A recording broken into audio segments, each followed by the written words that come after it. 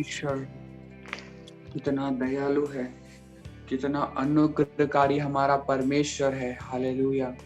और हम परमेश्वर की महिमा को अगर बखान भी करना चाहिए, अगर परमेश्वर की महिमा को हम बताना चाहें तो कैसे बताएं। आप खुद सोचिए, आप एक बहुत ज्यादा धनी व्यक्ति हैं और आपके पास बहुत ज्यादा धन है। आपने अपने जीवन कभी दुखों को नहीं देखा, आपने अपने जीवन में समस्याओं को नहीं देखा, आपने कभी तकलीफों को नहीं देखा। पर क्या होता है कि एक दिन आप अचानक से मतलब एकाएक फिर आप उस सारी महिमा में राज्य से उतर कर खुद ही जब अपने राज्य के लोगों के बीच में रहने लगते हैं तब, और गरीबों के साथ आप जीवन बिताते हैं तब आपको पता चलता है कि इनके जीवन में कितना दुख। सोचिए उस राजा को कितना महसूस हुआ होगा। उसने कभी ताड़ना नहीं सही, कभी उसने मार नहीं खाई। वो यहोवा परमेश्वर का बेटा यीशु मसीह, उसने हमारे लिए ताड़नाओं को सहा। स्वर्ग में उसके पास सब कुछ था, सब कुछ स्वर्ग में कोई कमी घटी नहीं है।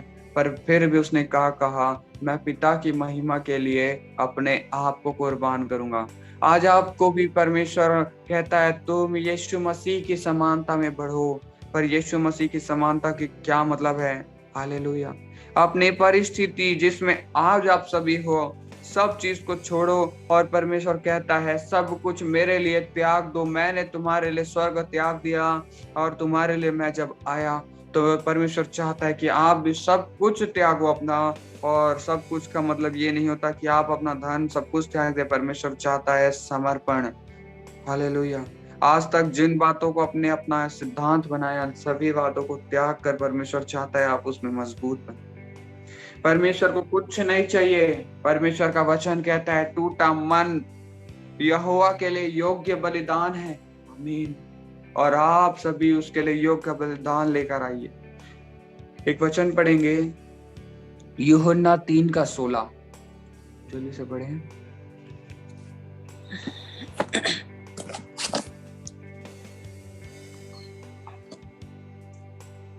16 से लेकर 18 तक पढ़ेंगे, पर पहले आप 16 पढ़िए।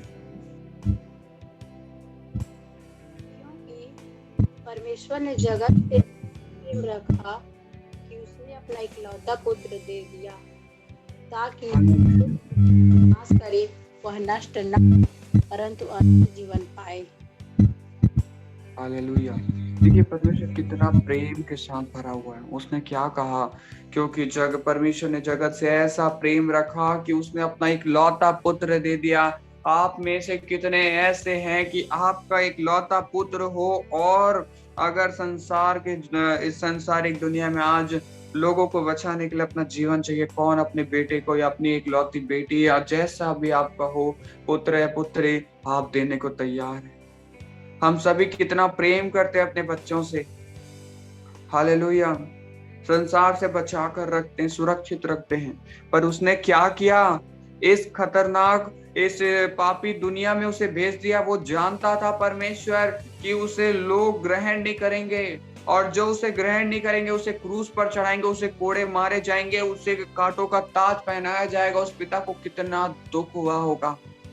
फिर भी उसने उन सारे दुखों को एक तरफ कर दिया और किस लिए यीशु को यहाँ भेजा, क्योंकि हम उस पर विश्वास करें और नाश ना हो। आज परमेश्वर चाहता है आप विश्वास करो और नाश ना हो परंतु जीवन पाए। परमेश्वर चाहता है आप जीवन को पाए। उसने आपके लिए मोल चुका दिया है, तो आज आपके जीवन में कमी क्यों आप एक अनंत जीवन नहीं जीते हैं? परमेश्वर चाहता है उस बात को समझो कि आज मैं तुम्हारे लिए आया तो किस लिए आया। इस पूरे स्वर्ग छोड़कर इसलिए आया कि तुम जीवन पाओ। हालेलुया। आगे पढ़ें 17 वचन। परमेश्वर ने अपने पुत्र को जगत में इसलिए भेजा जगत की आज्ञा दे, परंतु इसलिए कि जगत उसके द्वारा उद्धार पाए। Hallelujah, hallelujah. परमेश्वर का वचन कहता है परमेश्वर ने अपने पुत्र को जगत में इसलिए नहीं भेजा कि जगत पर दंड की आज्ञा दे। हालेलुया। यीशु मसीह जब आए तो किसी पे दंड की आज्ञा लागू नहीं हुई। क्या आप जानते हैं जब पुराना नियम जो है, आज भी मुस्लिम देशों को आप देखिए किस प्रकार से होता है, आप जानते हैं? मुस्लिम देशों को देखिए, वो जो कुरान पढ़ते हैं वो पूरा यहोवा के नियम पे चलते हैं। कुरान पूरा पुराने नियम पे बसा हुआ नियम है। वो नबियों की बातों पे चलते हैं, और नबी कोई और नहीं, परमेश्वर के जो दास जो पहले चुने गए थे, जो परमेश्वर के नबी वो थे, जो भविष्यद्वक्ता जो पुराने नियम में हम लोग जिनको देखते हैं ना, जैसे कि अब्राहम, जैसे कि यशायाह भविष्यद्वक्ता। तो ये सारे जो भविष्यद्वक्ता थे और जो परमेश्वर के चुने हुए लोग थे, यही नबी कहलवाए। हालेलुया। और यही नबियों ने क्या किया? परमेश्वर के राज्य के निमित्त प्रचार किया, लोगों के बीच में परमेश्वर के वचनों को रखा, और इन्होंने परमेश्वर के निमित्त ही सारी आज्ञाओं को लिखा। मूसा ने क्या किया? स्वर्ग से 10 आज्ञाओं को लेकर उतरा ऊपर से, सीने पर्वत से, जिसे परमेश्वर ने खुद अपने हाथों से उन पत्थर पे लिखा था। हालेलुया। और यहाँ पे लिखा है कि जगत पर दंड की आज्ञा दे, जगत पर दंड की आज्ञा ना दे। पिता ने जगत पे दंड की आज्ञा नहीं दी। यीशु मसीह जब आए, उसने अपना प्रेम प्रकट किया और उसने जगत पर अपना क्षमा के लिए परमेश्वर ने उसे कुर्बान किया। यीशु मसीह को इसलिए भेजा क्योंकि दंड के जरिए कोई नहीं बदल रहा था। दंड देकर देने से भी लोगों का जीवन नहीं बच रहा था। परमेश्वर ने फिर एक नई योजना बनाई। उस योजना में था प्रेम के जरिए सब लोगों को बचाया जाए। और आप प्रेम की वजह से आज यहाँ हैं। क्या आप जानते हैं इतना कड़ा वहां का नियम है? आप जानते हैं कि अगर आपने चोरी की, कोई बहुत बड़ा आपने हत्या कर दिया था, बीच चौराहे में आपको खड़ा करके या तो पत्थर से मार दिया जाएगा, या तो फिर बीच चौराहे में सबके सामने आपको फांसी दी जाएगी। इतना कड़ा नियम था पहले। और आज भी ये मुस्लिम देशों में ये नियमों को माना जाता है। वहां के देशों में ये अब भी नियम चलता है। लोगों को बीच चौराहे में खड़ा करके पत्थर मार मार कर उसे मार दिया जाता है। बीच चौराहे में उन्हें फांसी दे दी जाती है। बीच चौराहे में लोगों के सामने उनके गलों को काट दिया जाता है। क्यों पता है? क्योंकि पहले मृत्यु की वाचा काम करती थी, पहले दंड मिलता था लोगों को, परंतु आज लोगों के जीवन में क्षमा है। क्यों? क्योंकि यीशु मसीह ने जो दंड हमें सहना था लोगों के सामने, जो दंड हमें बीच चौराहों में लोगों के सामने सहना था हमारी गलतियों की वजह से, उन सभी गलतियों को यीशु मसीह ने सह लिया। यीशु मसीह पूरे जगत के सामने, देखिए, क्रूस पर चढ़ाया जाना कोई छोटी बात नहीं है। और क्रूस पर चढ़ाया जाना का भेद है कि देखो, संसार की जब क्रूस पे चढ़ाया गया, क्रूस ऊंचे पर था, और ऊंचे पर वो जब क्रूस पर था तो पूरे जगत ने उसे देखा कि देखो यीशु मसीह क्रूस ऊंचे पर क्रूस पर टांगा गया है। सबकी नजरें दूर से उस पर पड़ी। दूर से क्यों उस पर रखा गया? क्यों पता है? ताकि दुनिया उसे देखे। अविश्वासी लोगों ने क्या देखा कि देखो, हमने उसे हरा दिया जो अपने आप को राजाओं का राजा कहता है। पर जिन्होंने विश्वास किया, उन्होंने देखा ये वही है जो पूरे जगत को आज कहता है कि मैंने तुम्हारे लहू, उसने हमारी गलतियों को सह लिया करके लोगों ने आंसुओं को बहाया। मैंने पाप किया, हम सभी ने पाप किया, परंतु उसने सजा पाई करके सभी ने यीशु का धन्यवाद किया। और आज उसी मकसद के साथ यीशु मसीह का जन्मदिन मनाया जाता है। हालेलुया। और परमेश्वर के राज्य में एक बात है कि रबा क्रिसमस का जो ये समय है, हम सभी जो ये जन्मदिन मनाते हैं, बाइबल में कहीं पे भी जिक्र नहीं है कि तुम मनाओ। बाइबल में कहीं पे भी जिक्र नहीं है कि तुम क्रिसमस के इस दिन क्रिसमस पड़ेगा 25 तारीख, इस दिन परमेश्वर का जन्म हुआ, स्थायी रूप से नहीं दिया है। परंतु हम क्यों मनाते हैं? फिर हम उस दिन को याद करने के लिए मनाते हैं। हम इन मनुष्यों द्वारा इस दिन को ठहराया गया, पहले के नबियों के द्वारा, पहले के प्रेरितों के द्वारा ठहराया गया कि हम परमेश्वर को याद करें इस दिन में, और परमेश्वर की महिमा के लिए हम धन्यवाद करें कि उसने एक लौते पुत्र को दे दिया। तो आज का उस दिन को हम ठहराया गया कि हम सभी मिलकर प्रभु का धन्यवाद करेंगे और परमेश्वर की महिमा करने वाले बन पाएंगे। आमीन। हालेलुया। शबला रबा शेरेबर में क्या आप जानते हैं एक भेद आज परमेश्वर जो आप सभी के बीच में आप सुनिएगा, जितने उपस्थित हैं, आपको परमेश्वर कहता है आप धन्य हैं जो आपके पास एक भेद आज पहुंचता है।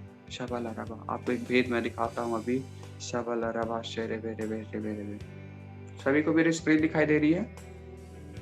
जी। हालेलुया। शबला रबा, देखिए होता क्या है, परमेश्वर ने क्या बनाया? सबसे पहले तो परमेश्वर ने पहाड़ बनाए, परमेश्वर ने पंछियों को बनाया, परमेश्वर ने जानवरों को बनाया और परमेश्वर ने विभिन्न विभिन्न प्रकार की चीजों की रचना की, जैसे नदियों की, समुद्र की, बहुत सारे चीजों की रचना की। हालेलुया। और परमेश्वर इन सारे चीजों के ऊपर परमेश्वर प्रभुता करता है। अब आप समझिए, परमेश्वर इन सारों के ऊपर प्रभुता करता है और परमेश्वर ने क्या कहा? मैंने तुम्हें अपने स्वरूप में रचा है। हालेलुया। अपने स्वरूप, स्वरूप का मतलब समझते हैं? फोटो कॉपी करना, मतलब कि जो जैसा दिखता है वैसा ही वो भी दिखता है, जैसा ये चलता है वैसी वो भी चलता है। आप बोलते हैं ना कई बार कि किसी व्यक्ति को देखकर क्या बोलते हैं, ये व्यक्ति उसकी तरह दिखाई दे रहा है ना, हमने कल एक व्यक्ति को देखा था, ये उसी के जैसे दिखाई दे रहा है। ऐसा क्यों कहते हैं?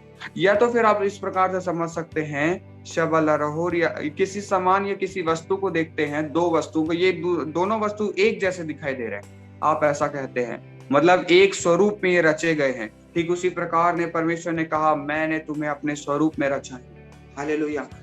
पता है आदम और हव्वा को अदन की वाटिका में किस अधिकार के से रखा? क्या आशीष दी कि तुम फलो फूलो और इस पूरे पृथ्वी पर फैल जाओ और तुम इस पर राज्य करो। वो और आदम ने क्या किया? सभी पक्षी, जीव जंतुओं का नाम रखा। इतनी बुद्धि उसके अंदर थी कि उसने पूरे करोड़ों, आज अगर पूरी दुनिया में अगर हर कीड़े, हर मकोड़ों को आप गिनने जाएं, हर जानवर को अगर आप गिनने जाएं, नामुमकिन है आपके लिए, नामुमकिन है। आज के वैज्ञानिक भी पूरे हर तरीके से नहीं पता कर पाए कि कितने जीव जंतु इस पूरी पृथ्वी पर हैं। पर उस समय पे आदम ने सारे जीव जंतुओं का नाम रखा, मतलब आदम को परमेश्वर ने अपनी समानता में बनाया और हमें पहचाना है। परमेश्वर इस पूरे जगत पर ऊपर से विराजमान है और वो इस पूरे जगत पर प्रभुता करता है। वो यहाँ पर विराजमान है और वो प्रभुता करता है। हालेलुया। परंतु हम कहाँ थे अब तक? इस पृथ्वी के बीच में हम ऐसे जिया करते थे बीच में, परंतु परमेश्वर जगत में आए और उन्होंने एक ऐसा रास्ता हमें दिया कि हम इस जगह से उठकर परमेश्वर के राज्य में हम बढ़ने वाले होने पाए। हालेलुया। फिर हम क्या होने पाए? हालेलुया। जैसे ही हम बपतिस्मा लेते हैं, मैंने आप सभी को बताया कि हमारी मृत्यु होती है, हम पानी के अंदर दफनाए जाते हैं, परंतु पानी से बाहर आते ही एक नया जन्म होता है और नया जन्म लेने के बाद आपका स्तर यहाँ। हालेलुया। आप पिता के साथ विराजमान हो। पिता एक सूरज के समान है और आप भी उसके बेटे और बेटी हो, आप भी परमेश्वर के साथ विराजमान हो। पहले आप इस संसार में पाए जाते थे, अब आप स्वर्गीय हो। अब इस भेद को मैंने आपको इसलिए बताया, आप स्वर्गीय हो। और इसका एक और गहरा भेद है जो हम आगे वचनों को पढ़ेंगे, उसके बाद ही हमें ये बात समझ में आएगी कि क्या कहना चाहता है आगे परमेश्वर। अब आपने समझा कि जगत पे परमेश्वर ने इतनी सामर्थ दी थी, इतना वरदान, इतनी आशीषें थी, तो अब्राहम को पाप में गिरने के बाद वो सारी आशीषें चली गई क्या? नहीं, वो उनकी आत्मिक आंखें बंद हो गई। उन्होंने क्या देखा कि हम निर्वस्त्र हैं, बिना कपड़ों के हैं। जब उन्होंने पाप किया, परमेश्वर के विरुद्ध, परमेश्वर के वचनों को नहीं माना, वो अपने आप को झाड़ियों में छुपाने लगे, पत्तों के कपड़े बनाकर उन्होंने पहन लिए। क्यों? क्योंकि उनकी आत्मिक आंखें बंद हो चुकी थी। क्या अदन की वाटिका में वो बिना वस्त्र के थे? नहीं, उनके पास महिमामय वस्त्र था। आज जो परमेश्वर वस्त्रों के विषय में कहता है ना कि तुम वस्त्रों को मेरे लहू से धो लो, वही वस्त्र आपके पास है। हालेलुया। जो अदन की वाटिका में अदन की वाटिका में आदम और हव्वा के पास, जैसे ही उन्होंने फलों को खाया, फल को खाने के बाद उनकी आत्मिक आंखें बंद हो गई और उनको उनका महिमामय वस्त्र दिखना बंद हो गया। हालेलुया। एक लड़की की मैं गवाही देता हूँ। एक मुस्लिम लड़की थी, ये सच्ची गवाही, आप नेट में भी सर्च कर लीजिएगा और आपको ये गवाही मिल जाएगी। एक मुस्लिम लड़की थी। एक दिन क्या होता है, उसके जीवन में बहुत समस्याएं रहती है और बहुत दुखों में रहती है वो। तो उसकी दोस्तों के जरिए उसे पता चलता है यीशु मसीह के बारे में, और बचपन से उसने सुना रहता है कि नहीं, मसीह सही नहीं है, उसके पास नहीं जाना चाहिए, मसीह सही लोग नहीं होते करके। फिर भी उसने क्या हिम्मत जुटाई और कहा कि एक बार मैं चर्च जाके देखती हूँ, हो सकता है शायद कुछ तो बात होगी, लोग इतने सारे लोग चर्च जाते हैं, कितनी भीड़ आती है कलीसिया में, कुछ तो बात होगी कि ये लोग कलीसिया जाते हैं। जैसे ही वो लड़की कलीसिया गई, उसका मन परिवर्तन हुआ, उसे यीशु ने ऐसा छुआ, परमेश्वर की आत्मा ने ऐसा छुआ कि उसने उसी वक्त कहा, यीशु मैं तुझे अपना जीवन देती हूँ करके। हालेलुया। अब वो चर्च जाने लगी और बिना बताए घर वालों से छुप कर वो चर्च जाया करती थी और परमेश्वर की महिमा करती थी। एक दिन उसके पिता को वो पता चला कि वो बाइबल पढ़ रही थी घर में चुपके से। तो उसके पिता ने उसे क्या कहा, तू क्यों इसको मानती है, ये हमारे धर्म के विरुद्ध है, यीशु हमारे लिए नहीं आया, हमारे लिए तो कोई और नबी आया था, ये हमारे लिए नहीं आया, ये जगत के लिए मसीहा नहीं। परंतु फिर उस लड़की ने क्या कहा पता है आपको, उसने कहा कि मैं तो यीशु पे विश्वास करती हूँ। उस पिता को उस पे इतना गुस्सा आया, उसने उसे निर्वस्त्र करके एक जलता हुआ लोहे का सरिया लिया और उसे उसके पीठ पर जलते हुए सरिये से क्रूस का निशान बना दिया और उसे घर से बेदखल कर दिया। बिना वस्त्र के उसे बेदखल कर दिया। उसके पीठ पर सरिये से जो गरम करके उसने उसके पीठ पर क्रूस का निशान। कितना दुख उस बेटी को हुआ होगा कि उस सरिये से उसके पीठ पर क्रूस बनाया। कितना लज्जा उसने महसूस किया होगा कि उसे पिता ने निर्वस्त्र कर दिया। फिर उसे जब उसने घर से निकाल दिया उसके पिता ने, वो घर से भागते हुए कलीसिया की ओर गई और फिर उसके कुछ देर बाद पिता आता है और आसपास पूछता है कि मेरी बेटी कहाँ है, किसी ने मेरी बेटी को देखा है? तो आपकी बेटी कैसे दिखती है? दुकान वाले ने पूछा। उसने कहा एक निर्वस्त्र लड़की यहाँ से भागी होगी करके। हालेलुया। पर वहां पे क्या हुआ पता है आपको? उस व्यक्ति ने कहा मैंने एक निर्वस्त्र लड़की को तो नहीं देखा, परंतु एक ऐसी लड़की को देखा जो सफेद वस्त्र, जो इतना सुनहरा, इतना चमकदार था, ऐसा वस्त्र जो आज तक मैंने नहीं देखा, वो मैंने उस लड़की को पहने देखा। उसने स्वर्ग के वस्त्र को उस लड़की के ऊपर देखा। आज वही वस्त्र है आप लोगों के साथ है। उसने उस व्यक्ति से कहा, उसके पिता से उस दुकानदार ने कहा कि आप कैसे पिता है, आपको सराहना मानी चाहिए। परंतु उससे बढ़कर हमें देखने वाली बात यह है कि उस लड़की को जो निर्वस्त्र थी, अपने घर से निर्वस्त्र निकाल दी गई थी, उसके पास कोई कपड़े नहीं थे, परंतु वो बीच बाजार से भी गुजरी, फिर भी उसकी लज्जा की परमेश्वर ने रक्षा की। और उसके साथ क्या था? महिमामय वस्त्र उसको छाया करता था। आज वही महिमामय वस्त्र मसीहों के साथ रहता है। आमीन, हालेलुया। ऐसी ऐसी गवाहियां बनती है। ये है परमेश्वर का प्रेम। जो में मुझ पर विश्वास करेगा वो कभी लज्जित ना होगा। ये है परमेश्वर का प्रेम। आज विश्वास की जरूरत है। उस लड़की ने इनकारा नहीं। उस लड़की को जब उसके पिता ने क्या कहा, तू यीशु को इनकार कर दे, मैं तुझे कुछ ना करूंगा, फिर भी उस लड़की ने यीशु को स्वीकार किया और सबके सामने अपनी लज्जा को भी सह लिया यीशु के लिए। और उसने यीशु के नाम से कितनी महिमा को पाया। और वहां से वो चर्च गई और चर्च में फिर उसे वो लोगों के साथ रहने लगी, कलीसिया के लोगों के साथ। आज वो भी परमेश्वर की सेवा करती है और बहुत अच्छी प्रभु की दास है। हालेलुया। ऐसा होता है परमेश्वर का महिमा। आइए हम वचनों से देखिए, ये गवाही के जरिए मैं आपको प्रकट करना चाहता हूं कि ऐसा होता है परमेश्वर का प्रेम। अंधा विश्वास करो, अंधा विश्वास, कुछ नहीं करना है आपको। हालेलुया। आइए पढ़ें वचन, रोमियो 8 अध्याय निकालेंगे सभी। रोमियो 8 अध्याय उसका 31 वचन पढ़ेंगे। रोमियो 8 के 31 वचन।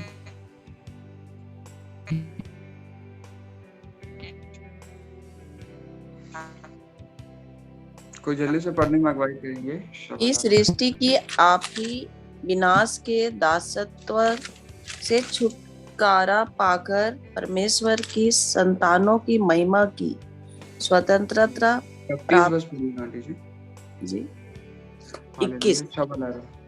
21 नहीं 31 31। अच्छा,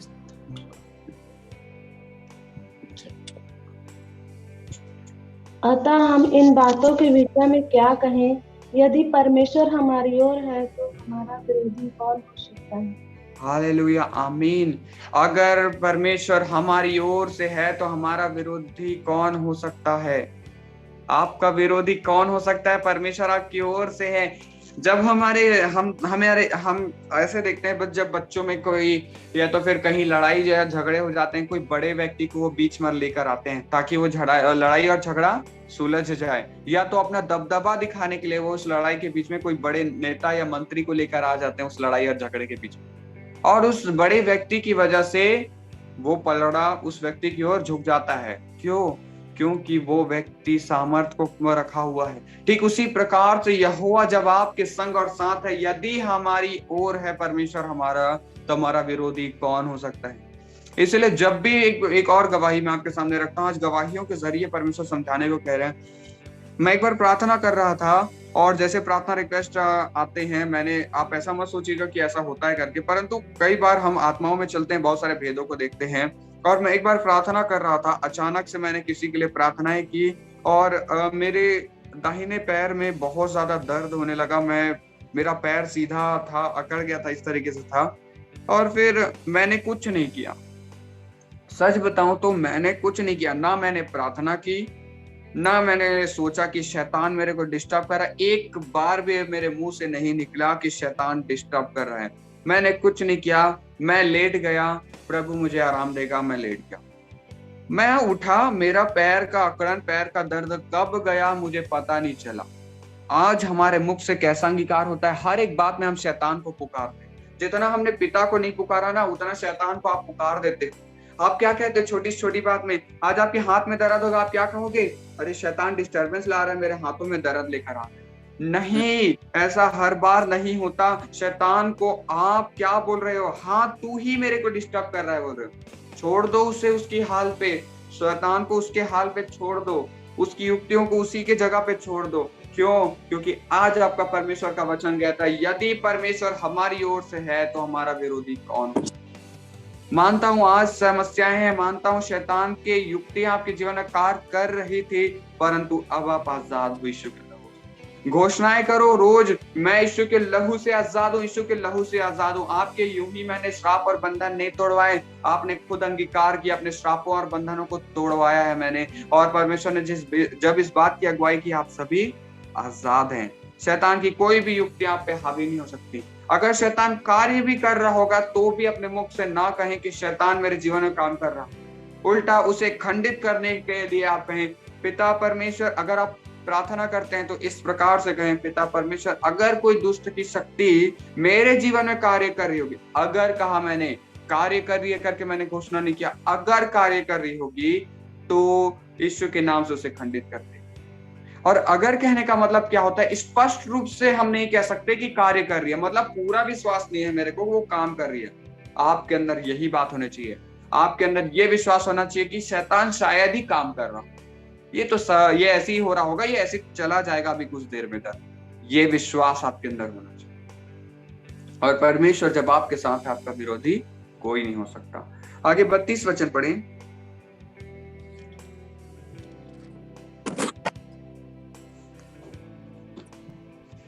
वचन पढ़ें। जिसने निज पुत्र को भी ना रख छोड़ा, परंतु उसे हम सबके लिए दे दिया, वह उसके साथ हमें और सब कुछ क्यों ना देगा। हालेलुया। सोचिए, यहाँ पे परमेश्वर आपसे कहता है, सोचने के लिए आपको बोल रहा है परमेश्वर, जब एक पिता एक लौते पुत्र को जब दे देता है तो क्या वो और बाकी वस्तुओं को ना देगा? क्या यीशु मसीह से कुछ और मूल्यवान है? एक माँ बाप के लिए अपने बच्चों से कुछ और मूल्यवान हो सकता है? उसके लिए अपनी पूरा धन, अपना हर एक चीज लुटा देते हैं माँ बाप, परंतु क्या आपसे परमेश्वर आज कहता है, क्या मैं ना लुटाऊंगा? जब उसने बेटे को दे दिया तो बाकी चीजें क्या तुम्हें नहीं मिलेंगी? हालेलुया। जब वो इतना बड़ा हृदय उसका देखिए, जब वो अपने बेटे को दे सकता है ना, तो सारी महिमा को भी आपको देगा। आमीन। 33वां वचन पढ़ें। परमेश्वर ने चुने हुओं पर दोष कौन लगाएगा? परमेश्वर ही है जो उनको धर्मी ठहराने वाला है। हालेलुया। परमेश्वर यहाँ पे कहता है, परमेश्वर के चुने हुओं पर दोष कौन लगाएगा? परमेश्वर के चुने हुए पे कोई दोष नहीं लगा सकता। इसीलिए मैंने क्या कहा, आप सभी धर्मी हैं, हर एक व्यक्ति धर्मी है, परंतु किस प्रकार से? परमेश्वर वह है जो उनको धर्मी ठहराए। जब परमेश्वर ने आपको धर्मी ठहराया है तो जगत में कौन ऐसा है कि आपको पापी कहे? कौन सा इस दुनिया का जज है कि कौन इस दुनिया का कोई व्यक्ति है कि आपके खिलाफ केस करे कि आप पापी हो? किसी में हिम्मत ही नहीं है। यहाँ तक कि शैतान भी आगे आकर नहीं कह सकता कि आप पापी हो। क्यों पता है? क्योंकि आपने अपने मुख से कभी अपने आप पाप को कुबोला नहीं, अपने पाप का अंगीकार नहीं किया, और यही आपको करना है। शैतान क्या चाहता है पता है? एक बार अपने मुंह से आप बोलो कि मैं पापी हूँ, मैं तो परमेश्वर की आशीष को नहीं पा सकता, शैतान वहीं से चालू हो जाएगा आपके जीवन में काम कर। आप खुद कह रहे हो शैतान को मेरे जीवन में कार्य कर। कैसे? जब शैतान को आप कहते हो कि मैं कमजोर हूँ, आप जैसे ही कहते हो मैं कमजोर हूँ, शैतान आप पे हावी हो जाता है। परंतु आज परमेश्वर कहता है कि वो तुम पर हावी ना होगा। कब? जब तुम धर्मी ठहराए जाओगे। कौन आपको धर्मी ठहराता है? स्वयं परमेश्वर। आगे वचन पढ़िए। फिर कौन है जो दंड की आज्ञा देगा? मसीह है जो मर गया, वरन मुर्दों में से जी भी उठा और परमेश्वर के दाहिने ओर है, और हमारे लिए निवेदन भी करता है। हालेलुया। ये परमेश्वर का प्रेम देखिए कि हमें दंड की आज्ञा कौन देगा। जिस प्रकार से पुराने नियम के विषय में आपको मैंने बताया कि पथराव किया जाता था या और कुछ नियम थे उनके लोगों के बीच में सजा देने के लिए, तो अब हमें दंड कौन देगा? ऐसा क्यों पूछता है परमेश्वर? क्योंकि यीशु मसीह ने अपने लहू के जरिए हमें दंड से बचा लिया। उसने हमारे पापों को, हमारे दुखों को सह लिया। मसीह वह है जो मर गया, वरन मुर्दों में से जी उठा और परमेश्वर की दाहिनी ओर है, और हमारे लिए निवेदन भी करता है। वो हमारे लिए प्रार्थनाओं को करता है। अगर आप अपने मुख से प्रार्थना करेंगे ना कि मैं आशीषित हूँ, मैं जयवंत हो रही हूँ, पिता मुझे बढ़ा रहा है, यीशु मसीह आपके लिए प्रार्थना कर रहा है। आपको यीशु मसीह के समान एक हो जाओ, यीशु की आत्मा से भरकर, पवित्र आत्मा से भरकर एक मन की प्रार्थना करनी है। किसके साथ? यीशु मसीह के साथ। अगर आप प्रार्थनाओं में कुछ और बातों को रखते हो तो यीशु आपके लिए प्रार्थना नहीं करता उस चीजों के लिए। परंतु जो चीजें यीशु मसीह आपके लिए प्रार्थना करता है, उन चीजों को आप भी परमेश्वर से प्रार्थनाओं में। और कैसे पता चलेगा कि हम यीशु से क्या प्रार्थना में रखें? जिस प्रकार से हमने कल वचनों से सीखा कि कैसे हम प्रार्थना कर सकते हैं, वैसा ही परमेश्वर चाहता है। आगे वचन पढ़ें। कौन हमको मसीह के प्रेम से अलग करेगा? क्या कलेश या संकट या उपद्रव या अकाल या नंगाई या जोखिम या तलवार? Hallelujah, hallelujah. देखिए मैंने कल एक आपको मैसेज किया था, कितनों ने देखा होगा। मैंने एक फोटो भेजा था रात के समय पे आपको, आप सभी ने देखा था ना। उसमें क्या लिखा हुआ है? बहुत जल्द क्या आने वाली है? अंत के दिनों। शायद मैंने ये फोटो आपको दिखाया था व्हाट्सएप पे। इसमें हमने क्या देखा था कि भारत भी लपेटे में भारत को भी लपेटे में ले लेगी सरपट दौड़ती महंगाई। हालेलुया। ये न्यूज़पेपर का ये मैंने क्यों ये स्क्रीन शेयर किया आपको? क्योंकि आज दुनिया में क्या हो रहा है और कैसे हो रहा है इसे समझना है, और परमेश्वर के वचन से हमें देख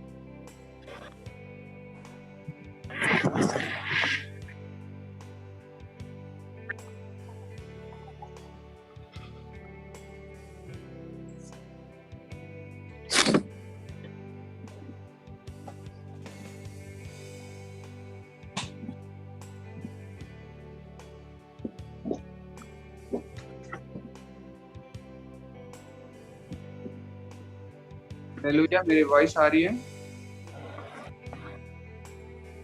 यस आ रहा है यार। हालेलुया।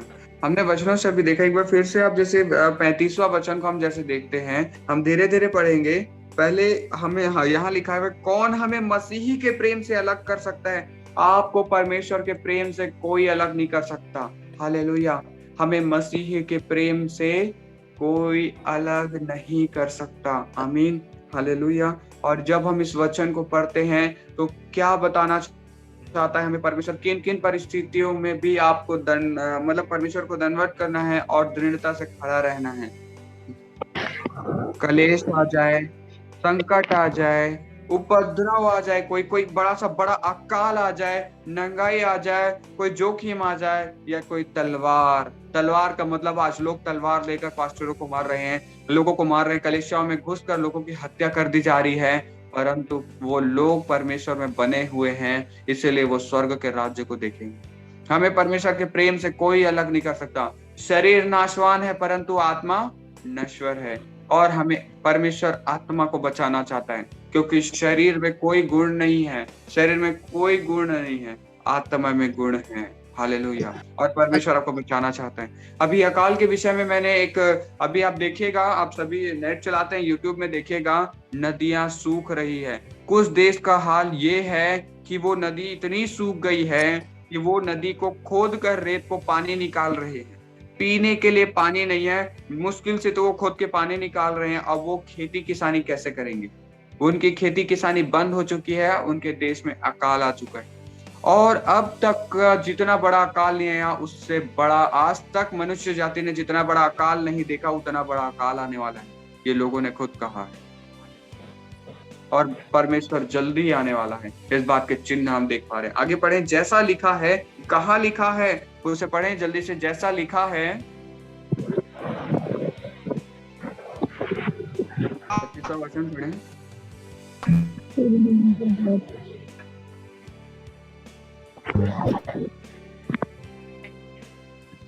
हम बद्ध होने वाले हैं, होने वाली भेड़ों के समान गिने गए हैं। शुरुआत से पढ़िएगा। तेरे लिए हम दिन भर घात किए जाते हैं, हम बद्ध होने वाली भेड़ों के समान गिने गए हैं। हालेलुया। वध होने वाले भेड़ों के समान गिने गए हैं। भेड़ों को क्या किया जाता है पता है? वध ही क्यों लिखा है? जो भेड़ है या उनका वध क्यों किया जाता था परमेश्वर के सामने? क्यों परमेश्वर के नाम से उन्हें भेड़ चढ़ाया जाता? क्योंकि वे उत्तम थे। देखिए, जब यीशु मसीह नहीं आए थे जगत में, जब पाप बलि और होम बलि का समय था, उस समय जब पाप बलि और होम बलि चला करती थी, तब लोग परमेश्वर के सामने उत्तम भेड़ ले जाया करते थे और उत्तम भेड़ों को लेकर जाया करते थे। एक अच्छी भेड़ को लेकर जाते थे, पिता इसे ग्रहण कर करके और उसकी बलि दिया करते थे, उसका वध किया करते थे। ठीक उसी प्रकार से आज संसार आपको मार रहा है, आज संसार के लोग आपको मार रहे हैं, पूरी भीड़ आपको मार रही है। क्यों? क्योंकि आपके चुने हुए वंश हैं, आपको भी परमेश्वर ने उस भेड़ के समान उत्तम भेंट जाना है, इसलिए वो आपको ग्रहण करता है। हालेलुया। परमेश्वर की महिमा के लिए जीवन बिताओ और परमेश्वर की महिमा के लिए मृत्यु को भी सह लो, क्योंकि हम उत्तम भेंट है परमेश्वर के लिए। आगे बढ़े, 37 वचन। परंतु इन सब बातों में हम उनके द्वारा जिसने हमसे प्रेम किया है जयवंत से भी बढ़कर हैं। हालेलुया। विजय पाने से भी बढ़कर क्या होता है पता है? एक व्यक्ति जब जीतता है तो क्या पाता है? आप देखिए, युद्ध में दो लोगों के बीच में युद्ध होता है, दो राजाओं के बीच में युद्ध होता है, क्या दोनों को नुकसान नहीं होता? क्या दोनों व्यक्तियों को नुकसान नहीं होता? आपसे पूछता है परमेश्वर।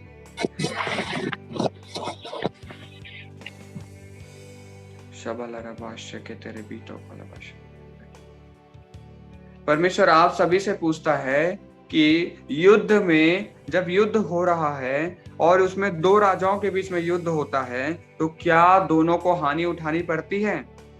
यस, होते हैं, हानि उठानी पड़ती है। हालेलुया। दोनों को हानि उठानी है, दोनों तरफ के सैनिक मरते हैं, दोनों राजा अपने अपने तरीके से घायल होते हैं, परंतु परमेश्वर का वचन कहता है परंतु इन सब बातों में हम उसके द्वारा जिससे हमसे प्रेम किया है विजेता से भी बढ़कर है। विजेता से बढ़कर होना का मतलब आपको कोई हानि नहीं पहुंचती, आपकी आत्मा को कोई घात नहीं कर सकती, आपकी आत्मा को कोई मार नहीं सकता। शरीर तो मर जाएगा परंतु आत्मा जीवित रहेगी और आत्मा जीत जाएगी, और जीत से भी बढ़कर उसे क्या मिलेगा? स्वर्ग। और हमें जीना ही इसलिए कि हम स्वर्ग के राज्य में प्रवेश करें। हालेलुया। परमेश्वर ने हमारे लिए दिया। अब देखिए 38 वचन अब हमें समझाएगा कि शुरू में मैंने आपको बताया था कि जगत को परमेश्वर प्रभुता करता है। मैंने उसको क्यों बनाया था स्क्रीन पे ड्राइंग को? क्योंकि अब आप समझेंगे, क्योंकि लिखा है, क्योंकि मैं निश्चय जानता हूं कि ना मृत्यु ना जीवन, ना स्वर्गदूत, ना प्रधानताएं, ना वर्तमान, ना भविष्य, ना सामर्थ्य, ना ऊंचाई, ना गहराई, ना कोई और सृष्टि हमें परमेश्वर के प्रेम से जो हमारे प्रभु यीशु में है अलग कर सकेगी। आमीन, हालेलुया। क्या क्या लिखा हुआ है? मृत्यु भी अलग नहीं कर सकती, मरने के बाद भी आपकी आत्मा जिएगी और वो परमेश्वर से मिलन होगा उसका आत्मा का। दूसरा Yes. लिखा है ना जीवन अलग कर सकता है। कौन सा जीवन? किस जीवन की बात कर सकता है परमेश्वर? ये जो हम अभी जो जीवन जीते हैं संसार का, ये हमें परमेश्वर से अलग नहीं कर सकती। मतलब आपको आत्मा से हमेशा परमेश्वर को प्रेम करना है, आपकी आत्मा में प्रेम होना चाहिए। आपका शरीर दुर्बल हो सकता है शरीर आपका धोखा दिलाता हो आपको, परंतु आत्मा में आपको जीवन को पाना है ताकि शरीर को एक दिन आप हरा पाओ। Yes. फिर लिखा है ना स्वर्गदूत। स्वर्गदूत में इतनी सामर्थ है। आप जानते हैं बाइबल में एक जगह जब अरामी की सेना आराम कर रही थी रात के समय और इजरायलियों के प्रति वो खड़े हो गए थे, उनके विरुद्ध में रातों रात एक स्वर्गदूत आया और 10,000 सैनिकों को मौत के घाट उतार दिया उसने। हालेलुया। स्वर्गदूत की इतनी सामर्थ, एक स्वर्गदूत एक रात में उतनों को मार दिया। जब यीशु मसीह क्रूस पर चढ़ाए जाने वाले थे, जब यीशु मसीह पकड़ाए गए और उनको जब कोड़ों से मारा जा रहा था, उससे पहले उन्होंने क्या कहा था? अगर मैं अभी चाहूं तो 12 पलटन स्वर्गदूत पिता अभी भेज देगा।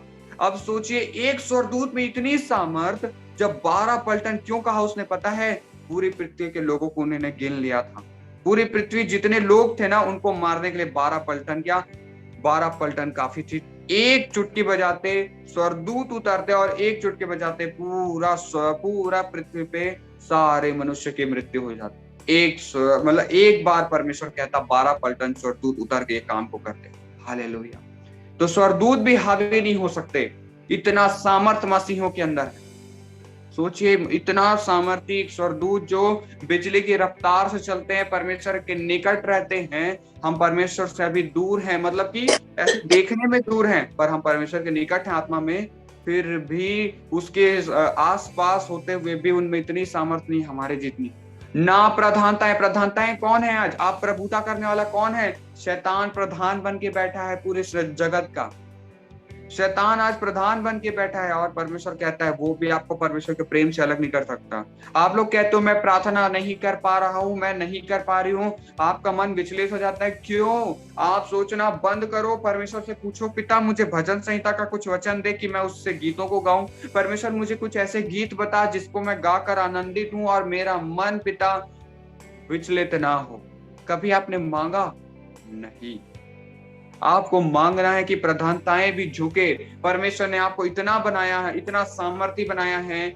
और उसके बाद लिखा है ना वर्तमान, अभी की परिस्थितियां भी आप पे हावी नहीं हो सकती, ना भविष्य की परिस्थितियां, ना कोई सामर्थ, कोई कितना भी सामर्थ आ जाए बड़ा सा बड़ा, आपके सामने वो छोटा ही रहेगा। क्यों पता है?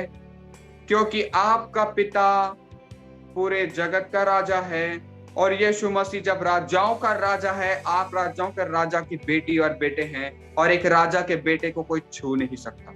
ना कोई सामर्थ, ना कोई दुनिया की ताकत आपको छू सकती है। क्यों? क्योंकि यीशु पिता आपका है।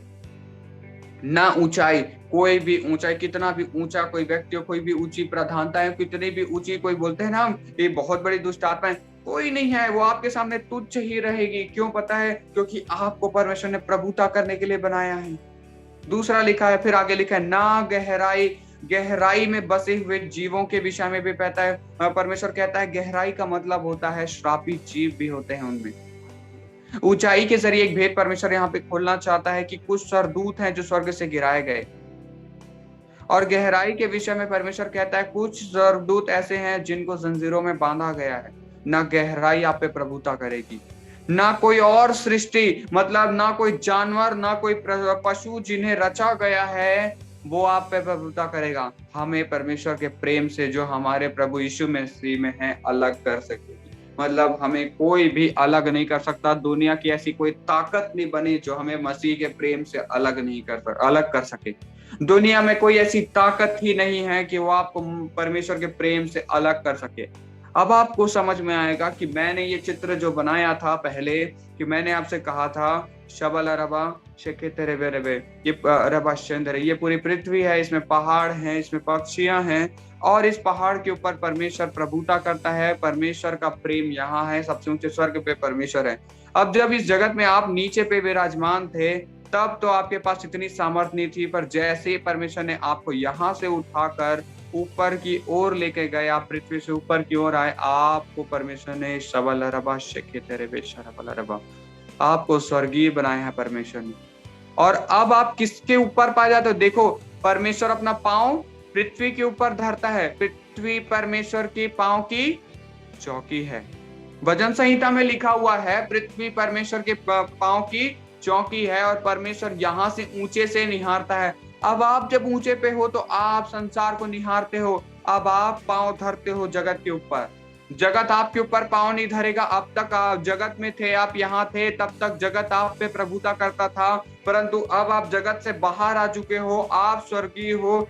आपको अब अपनी बुलाहट को समझना होगा। परमेश्वर ने आपको ऐसा बनाया है कि आप प्रभुता करो, संसार की कोई चीजें नहीं, सिर्फ आप प्रभुता करो। संसार की कोई भी बातें आप प्रभुता ना करें। हालेलुया। सिर्फ और सिर्फ आप प्रभुता करें। परमेश्वर चाहता है कि आप लोगों के ऊपर सबड्यू करें, आप लोगों के ऊपर अंधकार की ताकतों के ऊपर आप राजा हैं, अपनी परिस्थितियों के ऊपर आप राजा हैं। आज परिस्थिति आपको क्यों दबा रही है? धन्यवाद करना चालू करो, मैं राजा हूं घोषणा करना चालू करो। घमंड से भर जाओ कि मेरे पास आशीष है। ऐसा घमंड नहीं कह रहा हूं कि एकदम घमंडियों के समान कहो कि नहीं मैं ही सब कुछ, नहीं, वैसा नहीं, पर शैतान को अपना घमंड दिखाओ। मनुष्यों को नहीं, शैतान को अपना घमंड दिखाओ और मनुष्यों के सामने अपनी गवाही को रखो कि परमेश्वर ने मुझे महिमा से भरा। परमेश्वर ने क्या कहा है? आखिरी वचन जो हमने पढ़ा 29वां वचन, 38 और 29 वचन सभी लिख लेंगे कि परमेश्वर के प्रेम से हमें कोई अलग नहीं कर सकता। और यही वो प्रेम है कि वो स्वर्ग को छोड़कर आज हमारे लिए आया। अगर कोई दुनिया की ताकत रोकने वाली होती ना तो यीशु मसीह को आने से रोक सकती थी। हालेलुया। शैतान कितना बेवकूफ है आप सभी को मैं बताऊं। आप सभी को लगता है ना शैतान बड़ा चतुर है, जितना शैतान ऐसे चतुराई को करता है।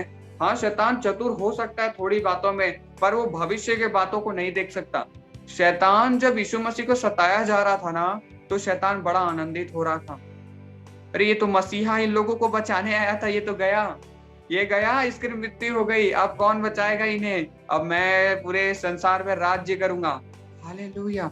और यीशु मसीह को क्या कहा? यीशु मसीह को एक कहा कि फरीसियों को यीशु मसीह ने क्या कहा? योना भविष्यद्वक्ता के अलावा किसी को चिन्ह ना दिया जाएगा। ऐसा क्यों कहा? योना 3 दिन 3 रात मछली के पेट में रहा और उसके बाद उसने मृत्यु से निकलकर जीवन को पाया और लोगों को सुसमाचार सुनाया। अब इसे मसीही का क्या लेना देना है? यीशु मसीह 3 दिन 3 रात तक अधोलोक में रहा। हालेलुया। नर्क में एक जगह है, पहले स्वर्ग नहीं है, पर पहले हर कोई स्वर्ग नहीं जाया करता था। पहले पृथ्वी थी, पृथ्वी के नीचे नर्क था और नर्क में 2 जगह थी, एक नर्क कहलाती थी और एक अधोलोक कहलाता था। अधोलोक वो जगह है जिससे, अब अधोलोक को आप जैसे ढूंढेंगे ना, अधोलोक का क्या मतलब? अधोलोक मतलब अब्राहम की गोद। तो जितने भी लोग मरते थे ना उस समय में, सब अब्राहम की गोद में जाकर रहते थे। जितने भी लोग मरते थे ना वो सारे लोग अधोलोक में जाया करते थे। मतलब वो नर्क में उतरते थे, नर्क की ओर उतरते थे, परंतु जिन्होंने अच्छा कर्म किया है वो अधोलोक जाते थे और जिन्होंने अच्छा कर्म नहीं किया वो नर्क जाते थे। फिर यीशु मसीह आए, उस अधोलोक में उतरे, 3 रात 3 दिन, योना जैसे मछली के पेट में रहा 3 रात 3 दिन, यीशु मसीह उस अधोलोक में रहे। और फिर पुनरुत्थान की आत्मा आई, यीशु मसीह के साथ उसने सभी को सबसे ऊंचे स्वर्ग पे ले गया। उसने सभी को वहां से उठाया और सबसे ऊंचे स्वर्ग पे लेकर चले गया। कैसे? परमेश्वर का प्रेम है वो। आमीन, हालेलुया। परमेश्वर इतना प्रेम करता है कि सभी अधोलोक में भी उतरा, वही अधोलोक में उतर गए। परमेश्वर का क्या वचन कहता है? वही सबसे नीचे भी उतरा और वही सबसे ऊंचे पर भी चढ़ गया। Hallelujah, hallelujah. आप सभी समझ पा रहे हैं परमेश्वर की सामर्थ को? परमेश्वर क्या चाहता है? आप प्रभुता करो। आप कुछ आता है प्रभुता करने के लिए। हालेलुया। और आप परमेश्वर के राज्य के लिए प्रभुता करने वाले बने। परमेश्वर का वचन, मैंने अभी क्या कहा कि देश देश राज्य राज्य के ऊपर यीशु मसीह राजा ठहराए गए हैं और आप भी राजा के बेटी और बेटे हैं, तो परमेश्वर का राज्य आपके ऊपर प्रकट होगा। शबला रबाश के तेले बीतों का भाषण मेरे बेटे बेटे एक परमेश्वर से सभी प्रार्थना करते रहे। परमेश्वर के वचन बताना चाहते हैं। शबला पूरी रेखा तेरा वचन का तेरा वचन खाना भाषण रेखा तेरा वचन का तारा भाषण रेखे तेरे विष्णु खाले बेतु कुसन भी रेखे तेरे विष्णु के लिए बेतु को तेरा विषय लगा रेखा तेरा भाषण वेरे वेरे ले बेके तेरे विष्णु खाला भाषण वेरे शेखन ताला दूरी आरा भाषण वेरे शेवला जबा रेखा तेरा भाषण के लिए विष्णु खाला भाषण वेरे रेखे तेरे भाषण लगा वचन अभी याद नहीं आ रहा, मैं आपको शेयर करूंगा। ये वचन मैं ढूंढ रहा था, मुझे मिल नहीं रहा। वही सबसे नीचे भी उतरा, वही सबसे ऊंचे पर भी चढ़ गया, ये परमेश्वर का वचन कहता है। और वही अधोलोक में उतरा और उसी ने अधोलोक के सारे लोगों को पकड़ा और सबसे ऊंचे पर लेकर चले गया। हालेलुया, आमीन। और यीशु मसीह जीवित है। उसी प्रकार से परमेश्वर का प्रेम आपको कहता है कि आपको परमेश्वर के प्रेम से कोई अलग नहीं कर सकता। आपकी आत्मा अगर परमेश्वर से प्रेम करते, सच्चा समर्पण अगर आपका है ना, आपकी कोई भी परेशानी हो, परमेश्वर को पुकारो, परमेश्वर आपको जयवंत करेगा। हम सभी मसीह लोग हैं, हमें जरूरत पड़े तो हम एक दूसरे के लिए प्रार्थना कर दें। इसलिए ग्रुप में जब भी प्रार्थना रिक्वेस्ट आए, कोशिश करें वॉइस रिकॉर्ड करके डालें, क्योंकि मुख उसमें सामर्थ्य दिया है परमेश्वर ने। हमेशा मैंने क्या कहा है, परमेश्वर ने हमें अपनी समानता में बनाया है। इसका मतलब हमारे मुख में भी वही सामर्थ्य है जो जगत की उत्पत्ति के लिए परमेश्वर के मुख में सामर्थ्य था। आज उसके वचन में सामर्थ्य था, तो आपके वचनों में भी सामर्थ्य है। इसलिए आपको अंगीकार करना है, आपको बोलना है, किसी के लिए प्रार्थनाएं करनी है। कोशिश करिए आप सभी की रिकॉर्ड करके भेजें। जब भी प्रार्थना रिक्वेस्ट आए, रिकॉर्ड करिए और बोलिए। हालेलुया। मैं इस समय सभी के लिए कॉमन प्रोफेसीज को रखूंगा और रेबेखे तेरे बिश निकाला भाष्य दले बियारा बारा खोदा नमाशन दले दोरिया रवाशरे बेरे में। उपास प्रार्थना के 7वें दिन में, मतलब 28 तारीख को, मैं सभी के लिए प्रोफेसीज को रखूंगा। परमेश्वर उस दिन को चुना है कि एक अलग तरीके की प्रोफेसी आएगी, जिसमें आपने जो फास्टिंग जो अभी रखा है, जिस तरीके से आपने रखा है, जो परमेश्वर ने कहा था वैसा बोलकर आपने रखा है, उसका प्रतिफल आपको परमेश्वर भविष्यवाणियों के जरिए देगा। आमीन, हालेलुया। आइए हम सभी प्रार्थना करेंगे और एक अंगीकार को हम करें। सभी एक छोटा सा अंगीकार करेंगे। हम सभी कहेंगे, मैं परमेश्वर के प्रेम से भरा हूँ, मैं परमेश्वर के प्रेम से भरी हूँ। संसार मुझे परमेश्वर के प्रेम से अलग नहीं कर सकता। मुझे परमेश्वर के प्रेम से अलग नहीं कर सकता। दुनिया की कोई भी ताकत मसीह के प्रेम से मुझे अलग नहीं कर सकती। मसीह के प्रेम से अलग नहीं कर सकता। दुनिया की कोई भी प्रधानताएं मुझे मसीह के प्रेम से अलग नहीं कर सकती। मसीह के प्रेम से अलग नहीं कर सकती। कोई मृत्यु मुझे परमेश्वर के प्रेम से अलग नहीं कर सकती। तलवार मुझे परमेश्वर के प्रेम से अलग नहीं कर सकती। परमेश्वर के प्रेम से अलग। परमेश्वर ने मुझे प्रभुता करने के लिए बनाया है। परमेश्वर ने मुझे इस जगत में प्रभुता करने के लिए बनाया है। यीशु के नाम के द्वारा सारे अंगीकार का हम घोषणा करते हैं। आमीन, आमीन, आमीन, हालेलुया, हालेलुया। आइए हम सभी एक दूसरे के लिए प्रार्थना करेंगे। पिता का हम धन्यवाद करेंगे। पिता परमेश्वर एक बार आपके समीप आते हैं आज के दिन में। पिता हम आपका धन्यवाद करते हैं कि पिता हम जब पापी थे, हम गुनाहों में थे, तूने स्वर्ग छोड़कर मुझे बचाने के लिए उतर आया। और ना सिर्फ तू उतर आया, बल्कि मेरे अपराधों के लिए मेरे अपराधों के लिए तूने सजा तूने सजा सह ली। सह ली। मेरे गुनाहों का मेरे गुनाहों का फल फल तूने सह लिया। सह लिया। धन्यवाद पिता इस अद्भुत प्रेम के लिए। धन्यवाद है इस अद्भुत प्रेम के लिए। पिता हम सभी को आशीषित करते हैं। सभी को आशीषित करते हैं। सबसे ऊंचे स्वर्ग की आशीष से आशीषित करते हैं। सबसे ऊंचे स्वर्ग से आशीषित करते हैं। सभी के जीवन में सभी के जीवन में प्रेम के द्वार को खोलते हैं। प्रेम के द्वार खोलते हैं। पिता आपके प्रेम से सभी भर जाएं इस बात की घोषणा करते हैं। पिता आपके प्रेम से सभी भर जाएं इस बात की घोषणा करते हैं। पिता हर एक पासवानों के लिए प्रार्थना करते हैं। पिता हर एक पासवानों के लिए हम प्रार्थना करते हैं। हर एक कलीसियाओं के लिए प्रार्थना करते हैं। हर एक कलीसियाओं के लिए हम प्रार्थना करते हैं।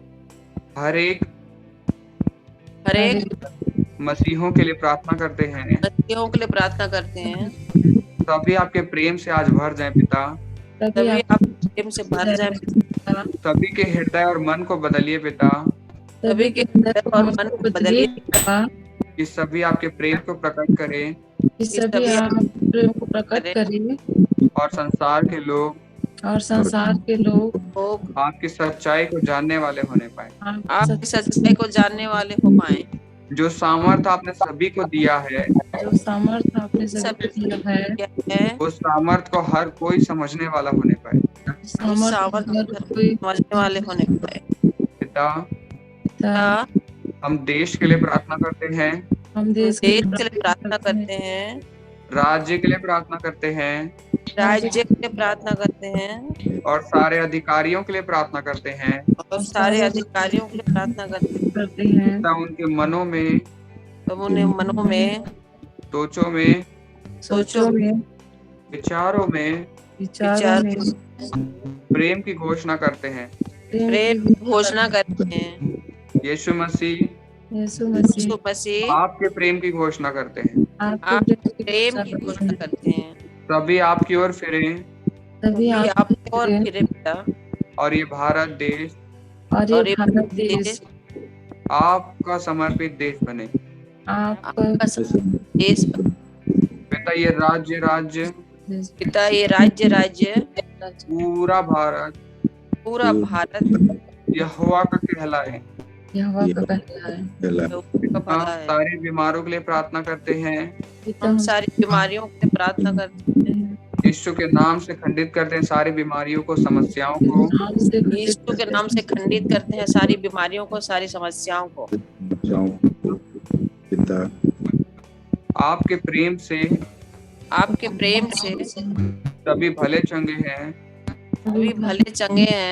इस बात की घोषणा करते हैं। शैतान की कोई भी युक्तियां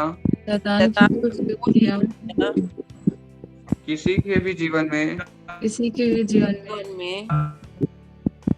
रुकावट नहीं पैदा कर सकती। क्योंकि आपका वचन कहता है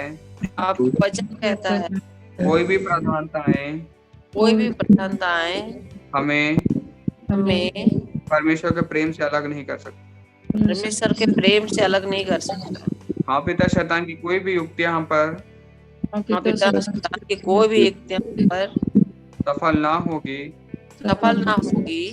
क्योंकि हमसे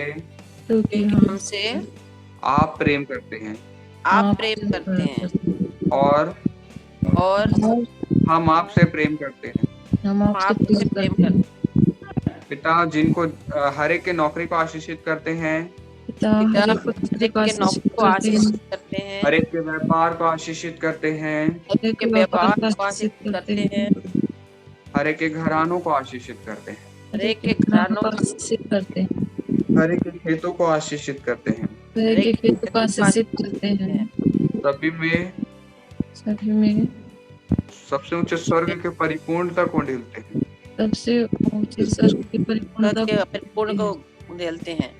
इन सभी के ऊपर उन्नति को खोलते हैं। नौकरी में उन्नति आए, नौकरी में उन्नति आए, व्यापार में उन्नति आए, व्यापार में उन्नति आए, आए, खेतों में उन्नति आए।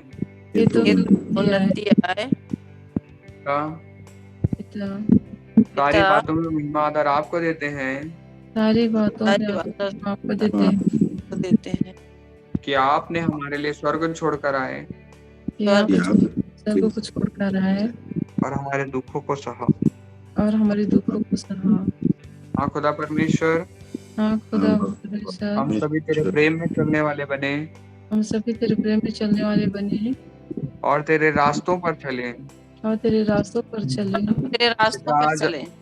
पिता आज पिता आज हम सभी ने हम सभी ने जब आपके राहों पर चलने के लिए राहों पर चलने के लिए आज उपवास प्रार्थना रखी है।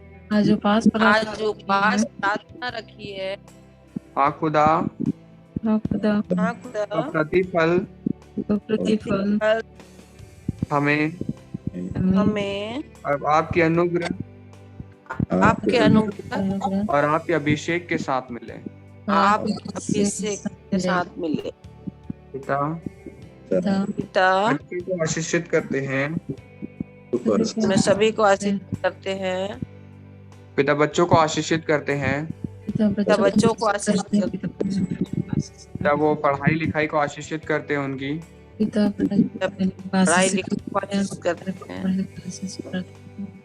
पिता पिता वो आपके राज्य में वो आपके राज्य में बहुतायत का फल लाए बहुतायत का फल लाए और अपनी पढ़ाई के जरिए पढ़ाई दे आपकी महिमा करने वाले, आपकी महिमा करने पाए। जिनकी भी परीक्षाएं चल रही हैं,